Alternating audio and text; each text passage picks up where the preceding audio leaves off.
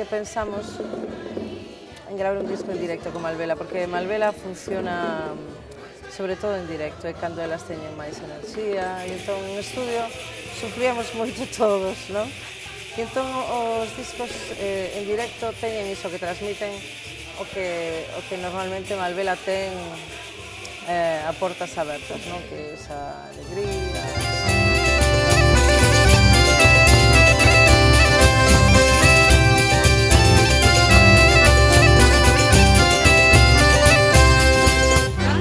Malvela son unhas punkis. Hai xente que pensa que son señoras que fan cancións tradicionais.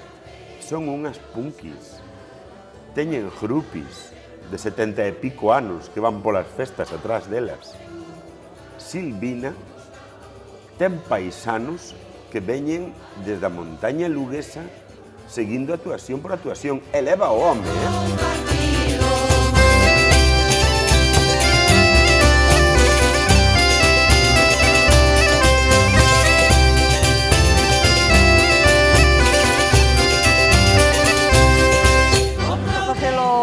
Cuarto disco,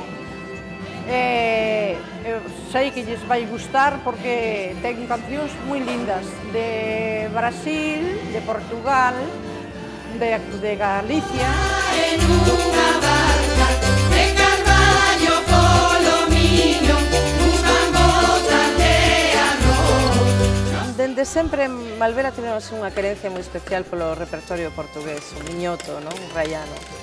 Por outro lado, a raia está moi pertiño de aquí. Entón, elas comenzaron con esta... En fin, a profundizar un poquinho máis neste repertorio.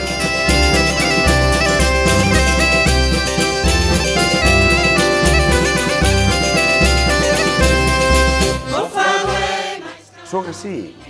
Levántanse pola mañán, deixan a casa como unha patena, deixan o home como teñen que deixalo, xa che quedei a comida, e a divertirse.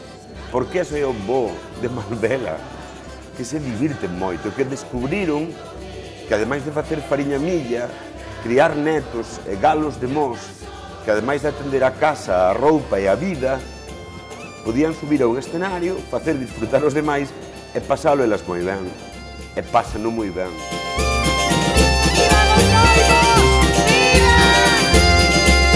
Eu gosto das Malvela porque nalgúns casos lembranme a miña nai e noutros as miñas irmás.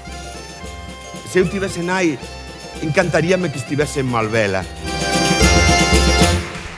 Portugal e máis Galiza. Galiza e máis Portugal. Dous povos, dúas culturas, dous amigos, dous irmáns.